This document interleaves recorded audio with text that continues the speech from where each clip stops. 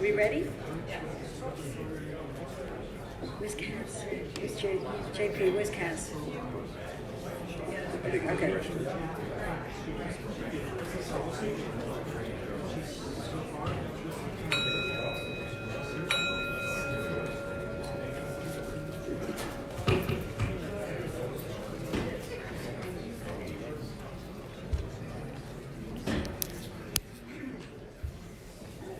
Let's reconvene. We're going to turn to agenda item number 3, which is the commission updates. And we'll hear first from our hardworking executive director, Mr. Brian Williams. Thank you, Madam Chair. A couple of things I just wanted to go over quickly with the commission. One is that we are attempting to move our meetings back to Thursday so that we don't have this conflict with the Board of Supervisors and with other meetings that occur in town.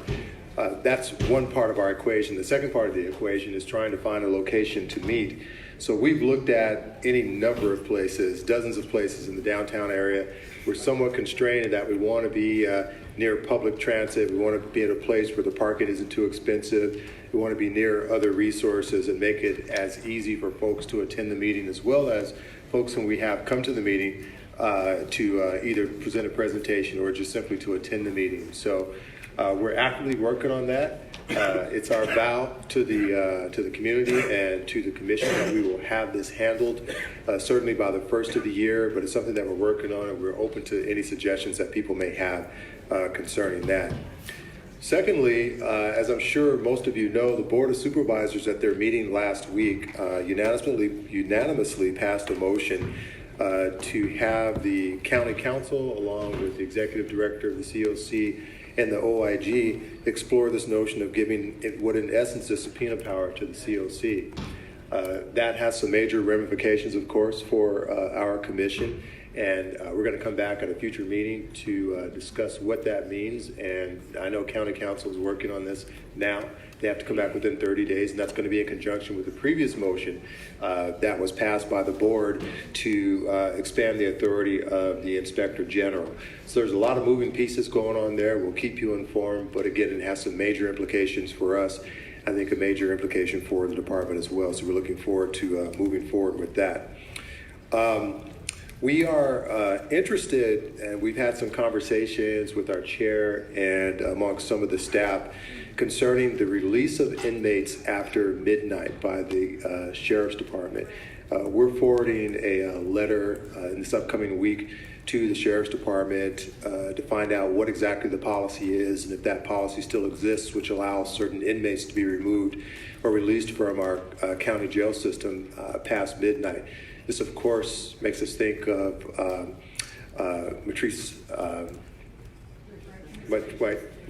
right, and others who had some unfortunate things happen to them, or there have been deaths that have occurred when folks have been released at that point. There was a bill sitting on the governor's desk to regulate this. The governor did not sign that bill, but it doesn't mean that that's something that we can't look into. So that's something that will come before our agenda in the near future. I did also want to point out that the RAND Corporation now has a link on our website for those who are interested in working with the RAND Corporation on this study of deputy gangs, deputy subgroups. You can go to our website, and there's a link on that website which will link then to the RAND Corporation website. So there will be more information about that study that's on their website. So check our website for that information. Two more quick things. I wanted to thank the staff for participating in the Taste of Soul this past weekend. A lot of folks out there. You can see we have some new blue staff shirts that no one likes, but we have them anyway. It's a great time that weekend. We asked folks who came to our booth, and there are dozens of people, of course, who came to our table, to write on a piece of paper, what does community policing mean to you? And we got a number of really interesting and heartfelt responses, both positive and constructive, some critical, but it's what the people really thought. So we're going to gather these responses and pass them on to the Sheriff's Department so we can let them know what the community is thinking about community policing. Now, not all the folks there, of course, live in areas that are policed by the Sheriff's Department, but I think the sentiment is generally the same for law enforcement across our community. So we'll pass those along and also give the Commission an opportunity to see those comments as well. So thank the staff who participated in that. And finally, on November 16th at St. Anne's Conference Center, we're going to have our second annual Community Policing Conference. That's going to be again on Saturday the 16th from 9 a.m. to 4 p.m. We have about 286 people, I think it is, who have signed up to attend thus far. Come one, come all. It's going to be a good day of discussions, of really some good discussions on what community policing is. We'll have a number of speakers there, a number of interactive opportunities for folks to have good conversation and good dialogue, stuff that we really can't do at these meetings, but a solid day of dialogue about community policing. So we hope to see you all there. And that completes my report. Okay, thank you so much. And we want to turn to Mr. of course, but Inspector General Max Huntsman for his report on the activities at the OIG. Thank you. First of all, I want to address the PREA auditing process that was asked about. We have three. One is present, Nomi Zamakona, is a PREA auditor trained, and then we have two others who have been trained and certified. When we learned that the sheriff was interested in being audit ready in December, I contacted the board offices and let them know that we would need additional staff to do the full PREA auditing process. And so the executive office is working on that to get us additional staff. But we already have three folks who are trained, so if in December they want an audit of CRDF, then we'll be prepared to do that. And I applaud them for doing that, even though they don't have complete compliance. And there was a discussion about the things that are department-wide. That's part of a PREA audit as well, and we didn't get an assessment for how many of those aren't in compliance, but I would be surprised if we had complete compliance by December. But as was mentioned, in 2016, the Sheriff's Department asked for a training audit, essentially, of CRDF, even though they knew they would not pass, in order to get information. And I applaud them for doing that, and I applaud them for being aggressive in their efforts to get compliant, because if you don't make that push, then it takes forever. And so I think that's a great thing. And also, you heard from Ms. Dalton, I think a little tone of she'd like to make sure the support in the staff shows up. I want to echo that. I think the board is completely on board. That's because of this commission. When the Sheriff's Department came previously and said, well, no, we can't even justify a full-time body, and this commission stepped up and said, no, we need a full-time staff. And now, of course, as you've seen, that's blossomed into a really robust effort, which I think is important.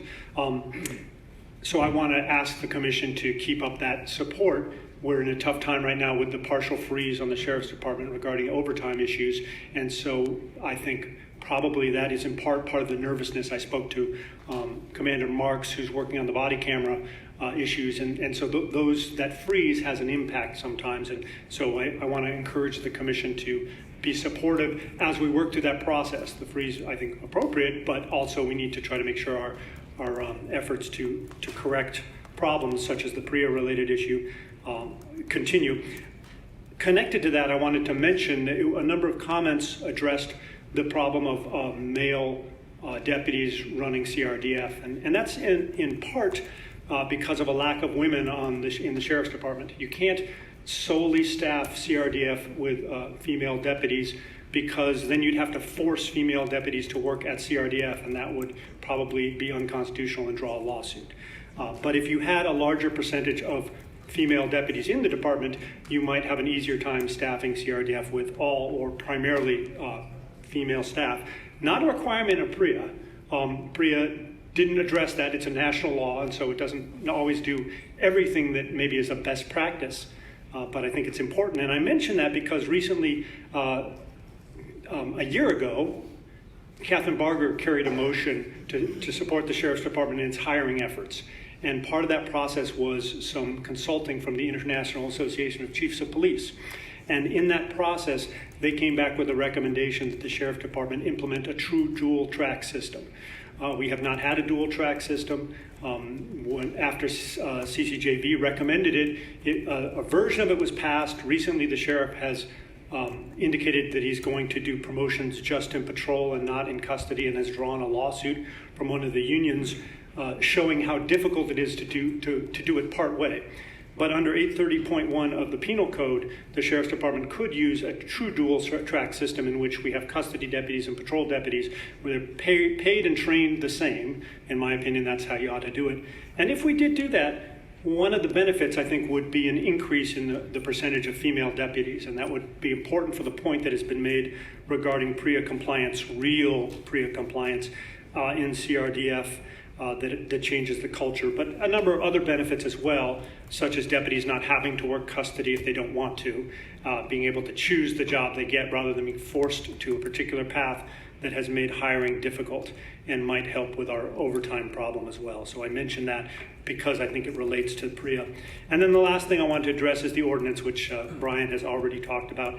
Back when we learned that there was an FBI investigation, or it was said in the Times that there was, I contacted board offices and brought to their attention the need for an amendments to the ordinance of the OIG in order to address secret societies, as this body has asked me to do. Can't be done under a current ordinance, but I proposed something. It's being worked on with county council. There's a report back due on it soon. And then, as Brian said, the board has stepped forward and consolidated that with the efforts to make a probation commission, modeled partially on the Civilian Oversight Commission, but for probation, and also the subpoena power issue, which, as you know, has gained some speed and looks like it's likely that the board is going to move in that direction, as indicated by their latest motion they gave. So Brian has been tasked with consulting with county council, as I have, and will continue to do that to try to give you a proposal that the board approves would include the ability to issue subpoenas when necessary, as well as an expanded OIG ordinance to allow us to do some of the things that from over the years the commission has asked us to do that we have not been able to do because of limits in our ordinance. And as you know, we've had problems with just getting compliance with our current ordinance. So my vision of how that would work would give us the ability to insist, both through subpoenas and through less formal means. So so that process is ongoing, and as Brian said, there's a 30-day tail from a week ago. So I think we're getting some motion on that, and I think depending on what the board ultimately decides, we may see action sooner rather than later. And as you know, the issue of subpoena for this body is on the ballot in March. So you have a backup, possibly, depending on what the voters decide to do. And that's all I have, unless there are questions at some point. Any questions for Mr. Huntsman? Okay. Now we're going to turn to public comment. And, oh, I'm sorry. How did I skip you? I'm sorry. Under Sheriff Murakami, you are definitely not skippable. Please, you have the floor for your comments. I just want to comment to the commission on behalf of custody. I want to thank you for your support. I worked Central Jail back in 1979. Compared, JP did too. 75. Oh yeah, well, we're both old. But the nature of custody is changed immensely with all the different programs and being more service-oriented versus just straight custodial. So, and even getting into the PREA requirements, I was amazed at how complicated it is. But the leadership of custody division just wanted to thank you for your support, because your support helps them accomplish a lot of what they want to. You do bear weight with the Board of Supervisors. When you meet with them, that's why they want to be open with you to see what they're doing. But they truly want me to convey their thanks on behalf of the sheriff. I want to thank you for your support in getting things done and making that place better than it has been. But thank you. Thank you. Okay. Bon voyage. Okay. All right. So now we'll turn to public comment. But just, I just want to call. We actually have two speakers for item 3. I'm sorry? We have two speakers for item 3. Item 3. Okay, doke. Rev Reggie Bunch, and Paulina Trin.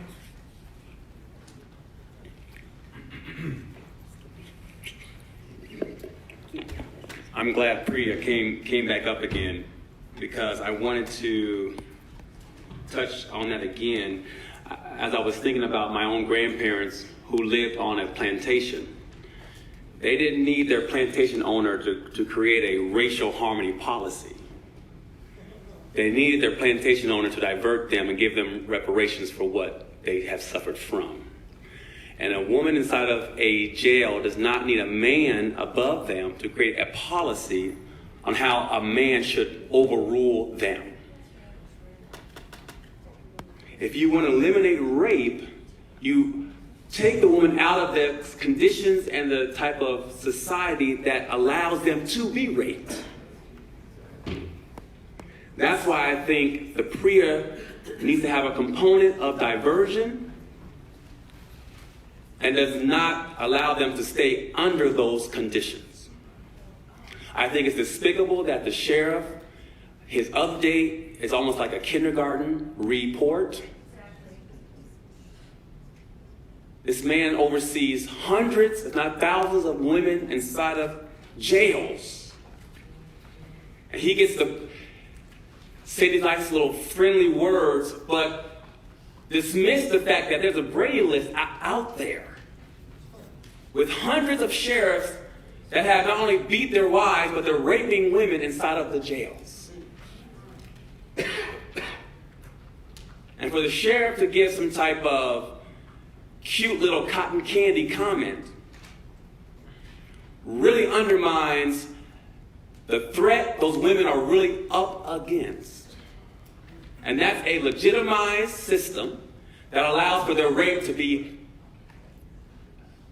that allows their rape to go through legitimized processes. So I think PREA should definitely have a diversion component. Thank you.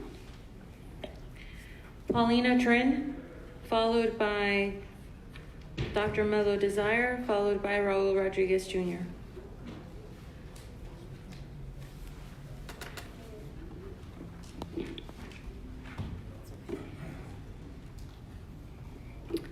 Good morning. I would like to speak on the fact that an incident that occurred to me. I called for assistance for a domestic violence incident, and I ended up being arrested and put in jail. I lost my daughter in that because the abuser took her from me. I couldn't see her for 6 weeks. I didn't know where she was. I underwent a lot of emotional abuse because I didn't know where my daughter was. So I ended up putting a restraining order on the abuser because I was afraid for my safety and my other kids. And I ended up getting my restraining order granted for what had happened because I had all the proof in place. And the abuser has violated his restraining order 3 times now, and he hasn't been arrested. And it's like, I don't understand what it's gonna take for him to be arrested or put in jail after, violating the restraining order and abusing the law. But yet, the authority is supposed to follow the law and put all that in place. And it's like, I feel like my rights have been stripped from me. And you guys aren't doing what you guys have to do as far as the law enforcement goes. And there's a lot of other things that I would like to talk about, but I'm not comfortable speaking about it in front of a few people.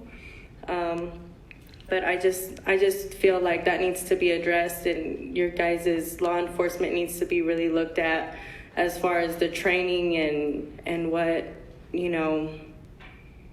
training needs to be looked at. Thank you.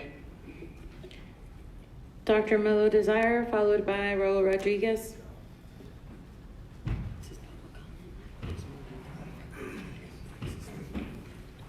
Hi.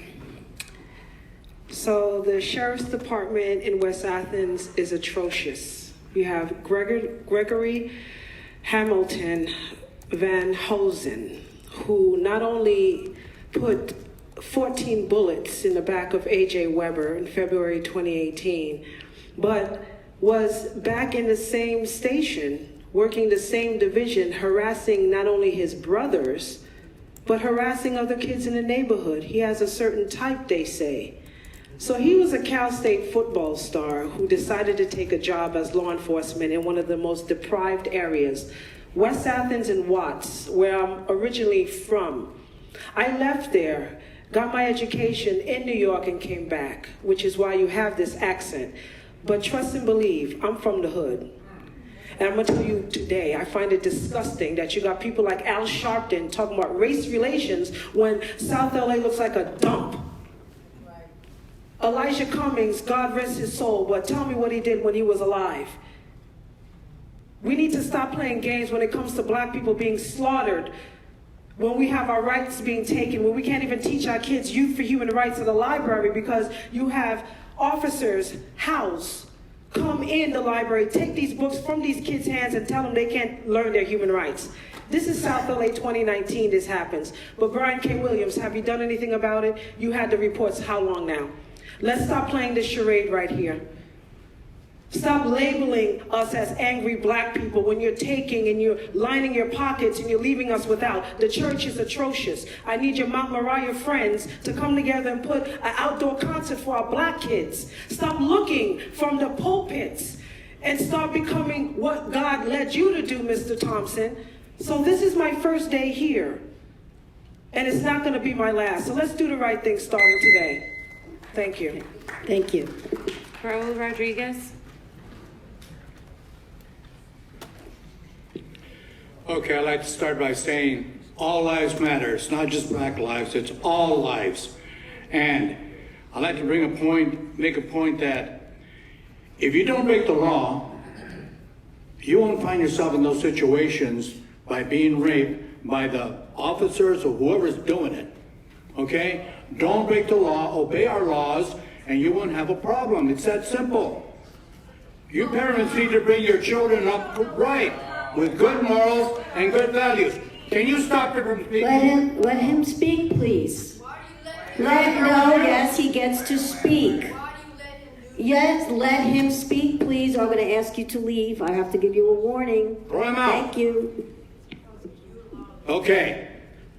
The point I'm trying to make is, if you don't obey the law, you're going to find yourself behind bars in that situation. So you need to obey the law. It's so simple. Your parents have to bring up your children with better morals and better values. It's very simple. That's how you do it. Your children will stay out of trouble, will stay out of jail, and you don't have to worry about them being molested or raped or whatever that you're going through. It's that simple, okay? Like I said, all lives matter. It's that simple. I'm not going to sit down. I got 38 seconds, whether you like it or not. Just speak to Well, why don't you please. stop them from doing what they're doing? Just Patty, please it's your continue. job to stop them. You know what? Because now everybody's going to start arguing, and I'd like you to stop and just continue, please. Control the meeting. That's your job. Control the Can you meeting. stop telling me to do my job when I'm trying to do it? Well, then Please do continue. it. Do it. Please continue.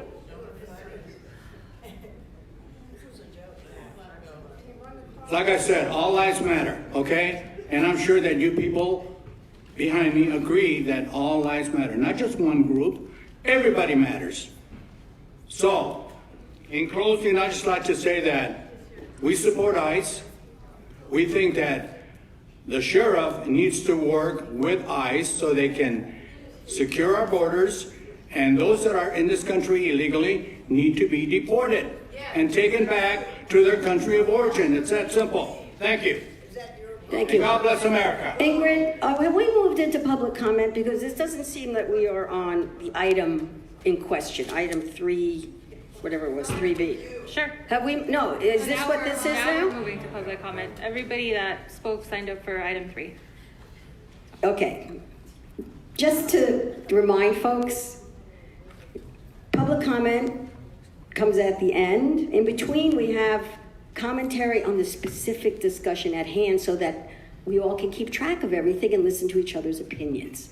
Okay, so let's stick to the item. We are now moving into public comment. Thank you. Our first speaker, Christine Alvarez.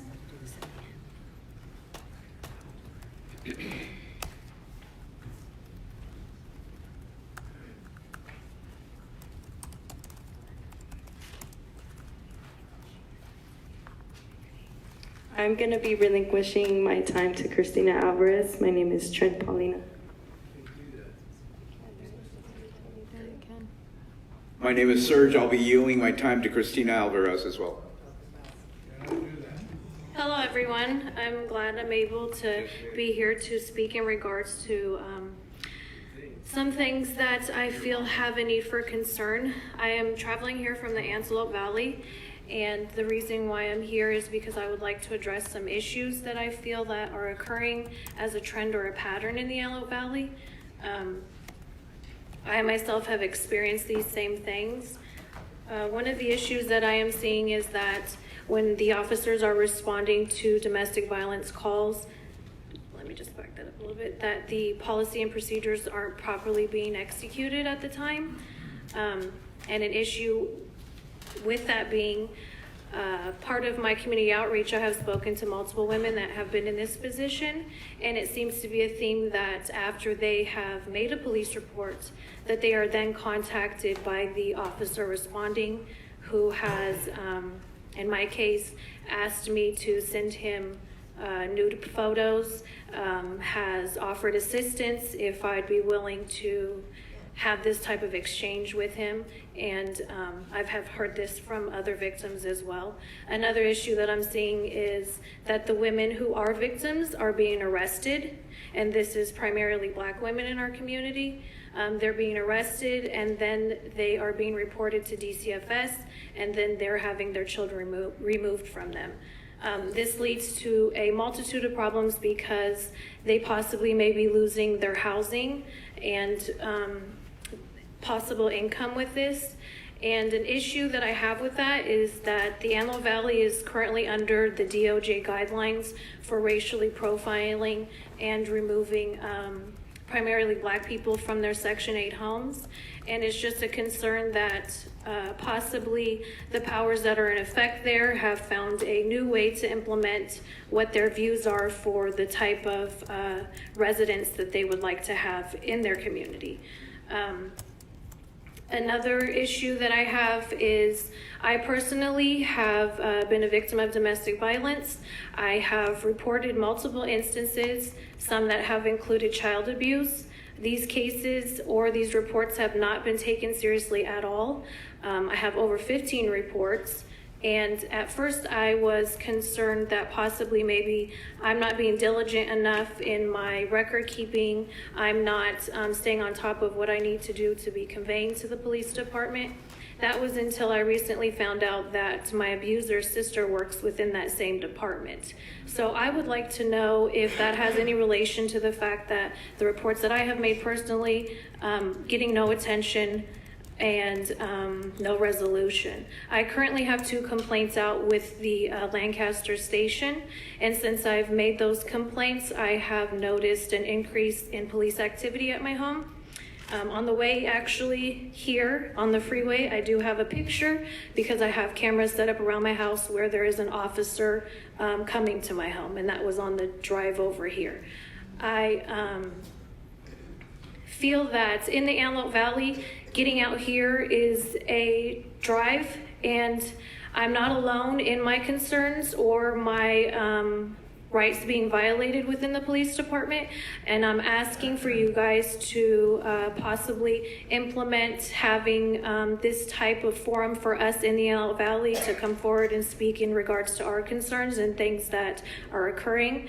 I did have other women that have the same issues going on. Unfortunately, they are too afraid to come forward and speak publicly, to make their name available, in fear of retaliation or repercussions that may occur. That's not an environment that can create the resolutions that we need for these types of issues.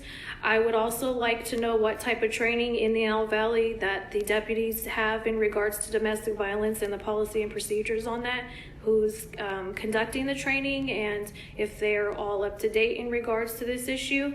I have additionally, another mother I have met that her 13-year-old son, who is autistic, was taken from class and interviewed, and he had no parent or no legal counsel or anyone notified that he was even being interviewed by a detective. During his interview, it was said that he admitted to a sexual assault that later, by medical information, did not occur. And I just want to know these regular practices in regards to minors and disabled people to be treated like that.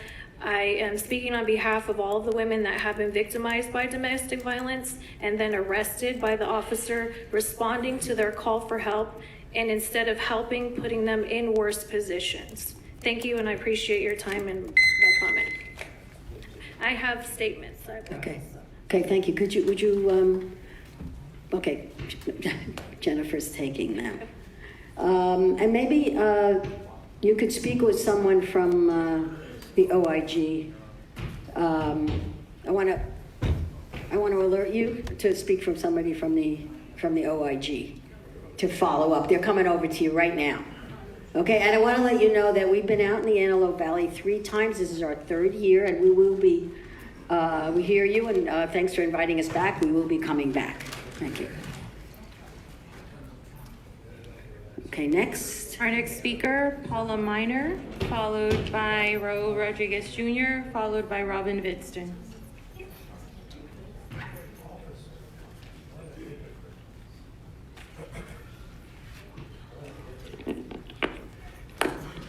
I'm Paula Miner with Black Lives Matter. We did submit a letter to the commission, and so I think you have it in the packet, or in addition to that, I brought other copies. But I do want to present our letter here and make sure it goes into the record. And so I'm going to read and make some comments. As the commission is aware, the Sheriff's Department has been responsible for fatal officer-involved shootings this year since Sheriff Villanueva took over. Neither the deputies or the department has been held accountable. Families of victims, community members, organizations, advocates for police transparency and accountability demand that the commission designate an independent entity and investigate the fatal shootings of all victims, beginning with Ryan Twyman. Such an entity would be requested to determine if the shootings violated the sheriff's policy. The community has no confidence or trust in in-house sheriff's investigation. And you know, as we sit here today and we hear of the numerous,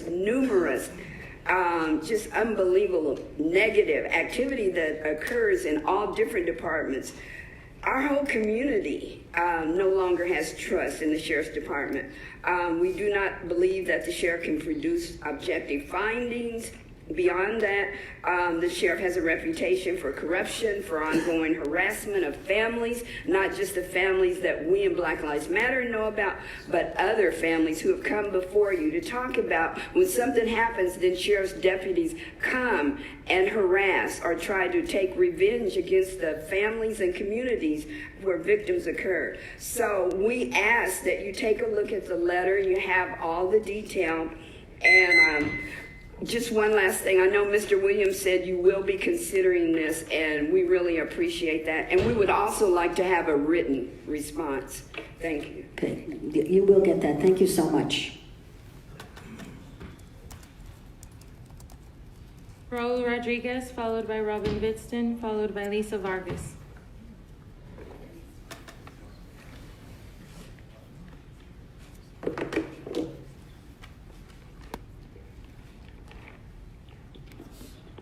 Okay, I'd like to start by thanking the officers, men and women, who do their job of protecting and serving the community. There is a very small percentage of officers that are bad. The majority of them are very good at their job, but it's up to us to support the officers. The second point I'd like to make is that I'm talking about the Remembrance Project, the angel moms and angel dads who have children, men, women, and children who have been murdered by illegals who are not in this country legally. These people have been murdered by illegals, and we need to put a stop to it, and we need to continue building the wall. Secondly, Patty, can you stop that individual from speaking? Right behind me. Let Mr. Rodriguez continue. He's going to continue to give his personal opinion, and He can't do that. He's violating the code of conduct. Excuse me, I'm talking to the community. I'm asking people to respect your personal opinions. Well, then Just it's up let to them- you to conduct the Yeah. meeting accordingly. You're not doing that. You can't- That person is talking behind me when I'm talking. And I'm trying to quiet everyone. but You haven't you're said nothing to interrupting. him yet. I have just been talking. Will you please be quiet, Mr. Rodriguez, and continue? Then do your job. Now, I have a letter that I presented to your clerk. I have another complaint against you, Patty Giggins, and the entire board because of what you did, preventing me from bringing my signs 20 by 30 into this venue, this meeting. You got me down to this, a 20 by 30 to 8 by 11. What's next? What's next? You can't do that. Now, first of all, there is legal precedence to this public venue. I have the right to be here, I have the right to speak on an issue, and I have the right to voice my opinion. I have the right, whether it's in writing and whether it's in a verbal opinion. And you cannot violate my First Amendment right. We have a constitution, okay, and you're violating my First Amendment right by telling me I can't bring my signs in. I have filed a complaint with the federal government and the state of California because you have violated my First Amendment right. Thank you. Thank you. Okay, everybody. Okay, That's let's it. just let Mr. Rodriguez go back to his seat. Thank you so much. Followed by Lisa Vargas, followed by Dr. Mello Desire. Yes, my name is Robin Vidston, and I am with the Remembrance Project. We honor America. Stop the clock. Okay, please stop the clock. Okay, time out. This man is supposed to be an officer, and he keeps Excuse me. they don't mark for me. Then you got no control here. You don't- And I'm gonna excuse do me. whatever I want to do. I'm going to do whatever I want to do. This man, Audience, community members, please don't engage. Please don't engage. Thank you.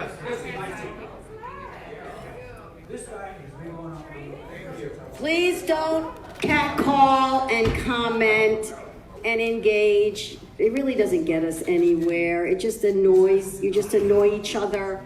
What is annoying each other accomplish right now? We're interrupting another speaker. Thank you. Please continue. Our organization honors American citizens killed by those illegally in our country. Just as, can you stop the clock? Can I please have it quiet while I speak? Stop the clock for a second. Okay, I'm going to ask one more time. Anyone now who starts to do a cat call and snickers and interrupts the speaker, we'll be giving I'll stop again, we'll give a warning, and then we're going to have to ask you to leave. So please, it doesn't get us anywhere. Don't act like you're in kindergarten. Go ahead. Just as Patrick lost his brother, these are our American citizens permanently separated from their families through no fault of their own. I'm wearing the shirt of Officer Singh, who was killed by a criminal alien while on duty. He leaves behind a 1-year-old child. On our freeways, there are memorials I would like to point out to officers. David March, sheriff's deputy in the Pasadena area of 210, there's a memorial freeway exchanged to him. He was killed by a criminal alien. You go about 40 miles east to Rancho Cucamonga on the 15 freeway, CHP officer Greg Bailey. He was killed while on duty by a drunk driving illegal alien. Go about 40 miles west from there in Corona, there's a freeway exchange Officer Hitch of Ontario, killed by a criminal alien gang member. That's 3 officers within about a 90-mile radius with freeway exchange memorials to them, killed by criminal aliens. This officer had 1 child, David March had 2, Greg Bailey 4. That's 8 American children being raised without their dads, killed by criminal aliens. This is why we are for ICE in the LA County Jail.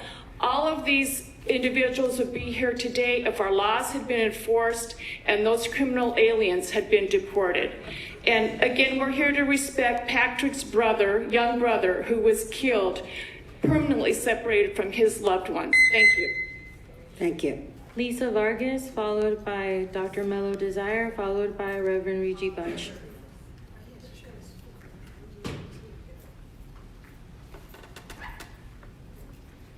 Okay, first of all, I want to say, if it wasn't for the Sheriff's Department, my son would be here. So let's get that straight, first of all. Most of you know my son. My son was Anthony Vargas. He was shot 13 times in the back by East LA Sheriff's Department. Now, today I'm here not just to share his story, but to bring up another issue, which has already been addressed here. Sheriff's Department, with their childish tactics, have been intimidating my family left and right.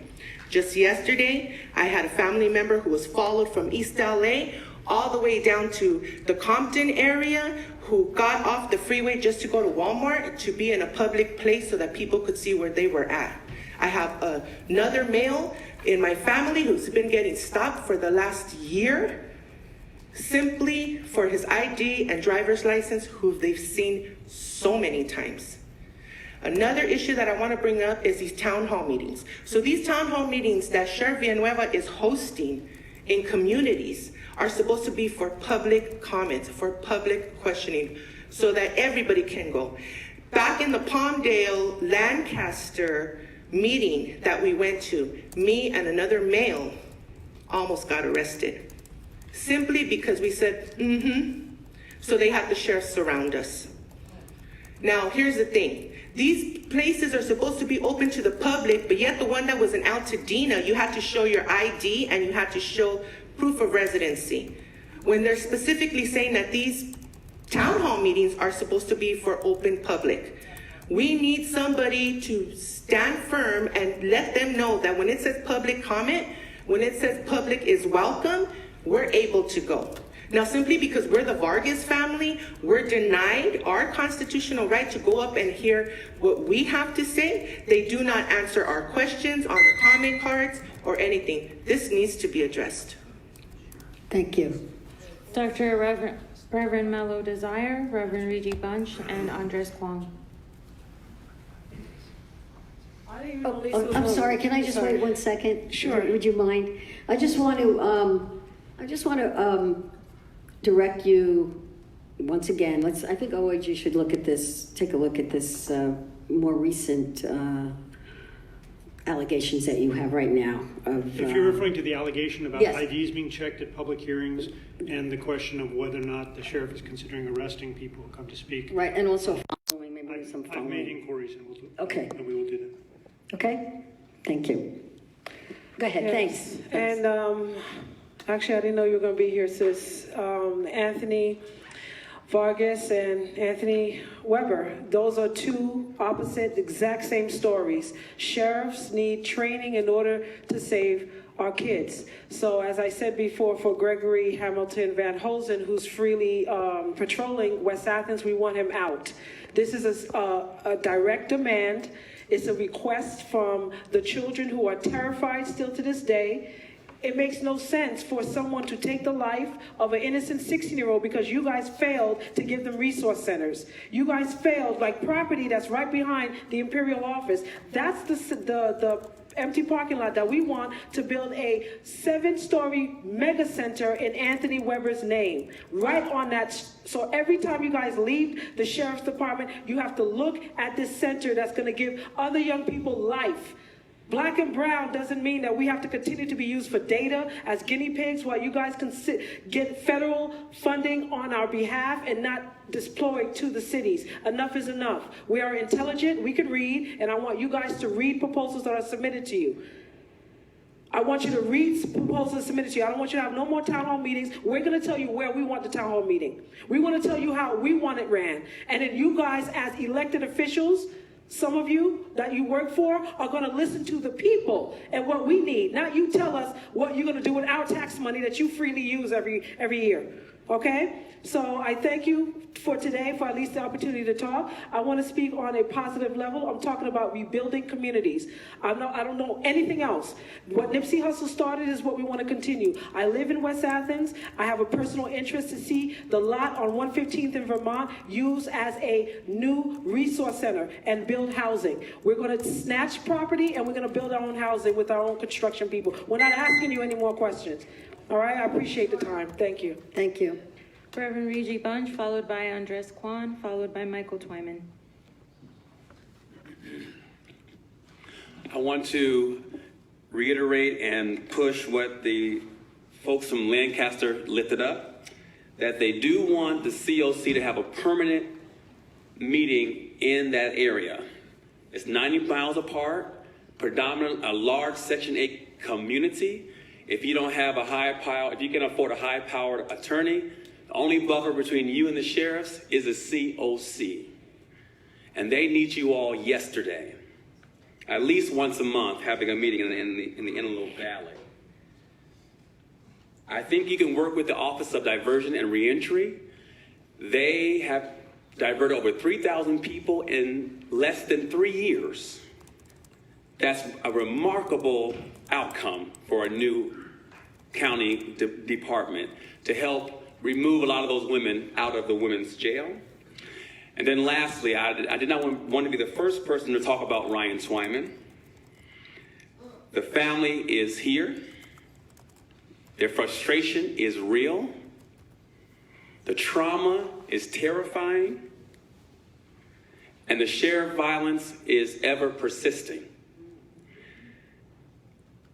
The family needs a motion that you all look at that case, specifically the COC look at that case, and have a motion for a shooting in policy, or was a shooting out of policy? The family needs as many tools as possible to go up against the largest jailer in the world. And they have found a way to come up against you all by criminally investigating the IG and blocking all types of cooperation between you and them. So if there's a motion for in policy and out of policy for the shootings, that'll be fantastic. Thank you. Okay, thank you. Andres Kwan, followed by Michael Twyman, followed by Greg Allen.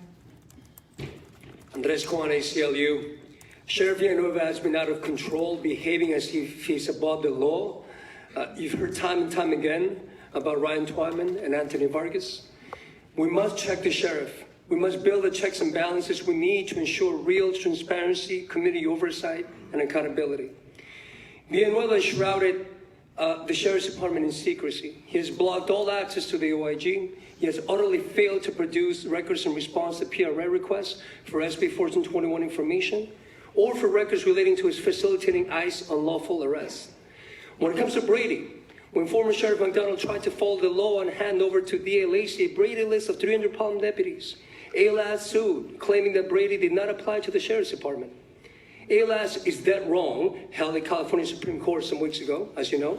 Quote, the association's contrary view that Brady relates only to the prosecutor and that it does not impose obligations on law enforcement is distressing and wrong, end quote. ALAS and now the sheriff have taken a ludicrous but dangerous position. Right after the court decision, Villanueva tweeted, just like Trump, tweeted that he would comply but not maintaining a Brady list. It is this kind of enabling attitude to misconduct and dishonesty that has allowed for 2/3 of deputies on the Brady list to remain in the force. Last reported in the Times, Deputy Taco Sauce was still in the force. And worse, the Lancaster sniper hoax proves that dishonesty enabled and not discipline leads to greater dishonesty. For all these reasons, we support COC subpoena power, and the COC must be the holder of the subpoena power and must have access to all documents produced. And we also ask the board to do the following. Draft an ordinance requiring the sheriff to disclose information now public on the SB 1421 proactively and then on a regular basis. 2, establish a working group to create a Brady compliant process that includes the public defender, the APD, and OIG. By the way, what's DLA's position on all this? Why is she so silent? Maybe the journalists in the room can help us. In short, we must check the sheriff. Thank you. Michael Twyman, followed by Greg Allen, followed by Abron Farley.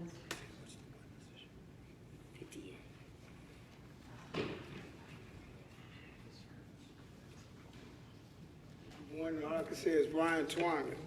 Ryan Twyman is my nephew, and I'm gonna be here as much as I can to speak for my nephews because he's not here. You know, one thing I can say about this guy right here, all lives do matter. My nephew got shot in the back, and it was taken away from his mother, his girlfriend, his auntie, his cousin, and from me. I wear a button every day. You wear a badge. You know what I mean? I'm not mad at none of y'all. I'm mad at the two that did that to my nephew, and all I want to see is justice. I had a 5-year-old son that said he want to be a police. I asked him why. He said, I just want to be a police. I try to encourage him not to be a police, but somebody in life got to take care of our mothers, our sisters. You know what I mean? Because there's a lot go on. You know, the lady over here says she's from the hood. I'm from the hood. That's right. You know what I mean? You know what I mean? I don't hate all police. You know what I mean? Like I said, I don't even hate the police that killed my nephew. I just want justice. If I commit a crime, I'm going to jail. No ifs, no ands about it. I'm going to jail. I just want to read this quote that a famous basketball player had on his shirt. He said, blacks get death, browns get life, whites get probation, and police go free.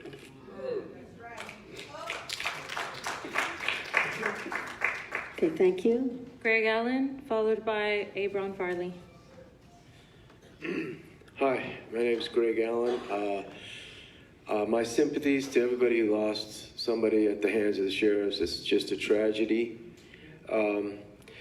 My concern is with the sheriff's internal thing that I read about, how 8 or so sheriffs were beaten up by another group of inside sheriffs called, like, part of a group called the Banditos. So I want an answer why these sheriffs were beaten up. If anybody beat up a sheriff and the other sheriffs that did it weren't disciplined by immediate firing, then there's an internal problem with our administration system. I want the people in charge of the system to be held accountable to bring justice to those 8 men who were beat up by some internal organization of the sheriff's department. I want it examined, and I want those men and his family protected. And I want sheriffs who are chasing other people out there to stop doing that if they're doing it. That's outrageous as well. I trust my management of the sheriffs. I trust the sheriffs themselves to do the right thing. But we put them in unusual situations where they have to make split decisions, and sometimes they're human and they make the wrong ones. We're going to hold those people accountable, but at the same time, let's remember we put them there and that we need to protect them. What else was there? There was a man here last time, Keith Harding. He's a black man, about 6'7". He brought up that we caught 22 undocumented criminals up in Angeles Crest, Flint Ridge area, and that 19 of them were undocumented. Mr. Alex Villanova did a little group picture with his people that picked these guys up. They were up in my neighborhood in La Cañada, hitting people with bats and hitting people with machetes and killing them.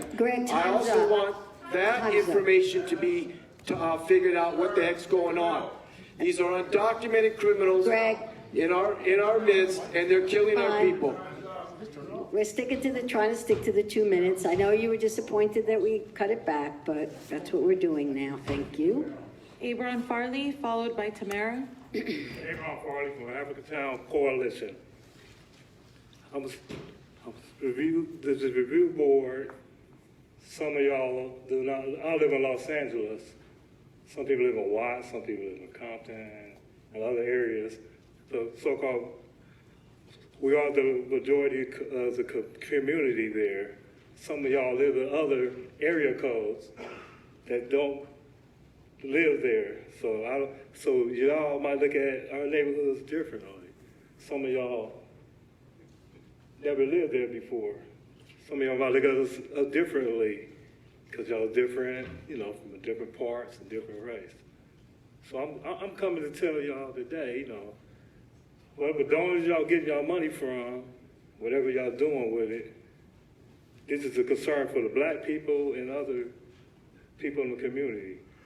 I would like to say the killings that have happened to Anthony Weber and other people, and over the long history of this country with African Americans, we see y'all be killing us with impunity and getting away with it through the so-called Constitution and the liberties and the democracy.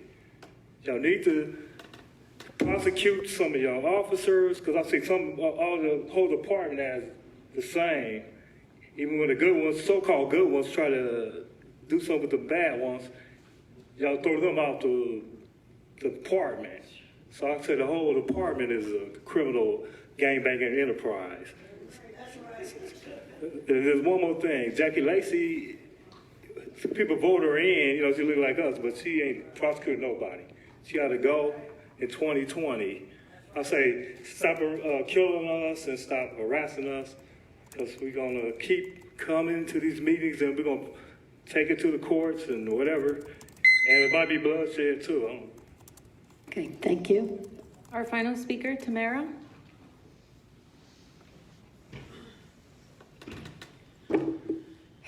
Good day. First, I'd like to acknowledge we're on indigenous land. This is Turtle Island. Los Angeles is Tongva Keech, Tatavian, Hachiman, Chumash land. No one's illegal except for the colonizers on stolen land. Recognize where you're at and whose land you're on. Secondly, I'd like to address Ryan Twyman's family. First of all, Council, you have grieving families here, and how you allow some of the nonsense you allow up here is beyond me. People are speaking off topic, nothing to do with what's going on here, and they're continually coming here and disrupting where you have serious matters of grieving families, their children have been murdered. It's disgraceful. Thirdly, I want to speak on Ryan Twyman. I want to mirror what some of the others have said. We need an independent investigation. As the late, great Malcolm X said, you can't take your case to Uncle Sam because he's the one responsible for the crime in the first place. You can't have an investigation within a department that's committed the crimes. You have to have an independent investigation, and the civilians and the community should be a part of that. And you need to stop criminalizing the families. In the case of Anthony Vargas and Ryan Twyman, both families have been intimidated and harassed. This is beyond ridiculous. Their children have been murdered, you assassinate their characters, and then you in turn criminalize the families. And lastly, you need to have these meetings accessible to your communities. Thank you. You need, at times that people aren't at work, in times of days and times that people, the community can actually come and support these issues. Okay, thank you very much. Good day. Okay. All right. Any comments? Okay, well, we're concluding the morning. I want to thank everyone for coming today and expressing yourselves. And I know sometimes it's hard to listen. and to hear the way people put their opinions. But I appreciate it when you kind of stick with it and participate. Thanks so much. We will see you next month. Adjourned.